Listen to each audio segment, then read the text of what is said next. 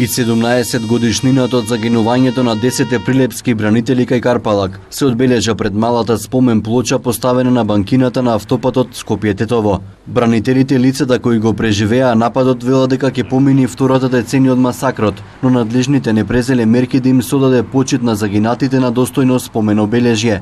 Се пожалија дека државата ги заборавила луѓето кои ја бранеа државата. Голем дел од нив не се обештетени и се без здравствено осигурување.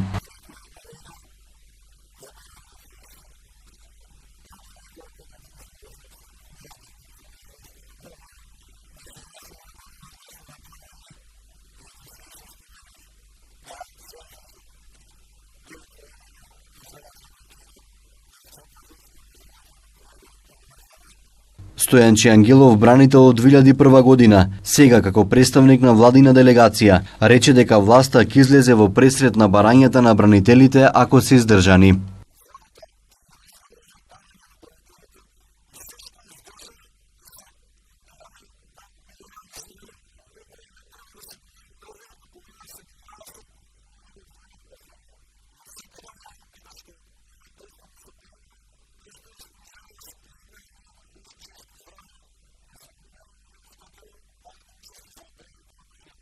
Букети свежи цвеќиња на местото на трагичниот настан положија делегација од Собранието, председателот Министерството за одбрана, представници на семејствата на загинатите, политички партии и здруженија. Од одборот на бранители истакна дека нивна должност е да ги чествуваат и организираат ваквите настани, иако политиката прави обиди да се заборават.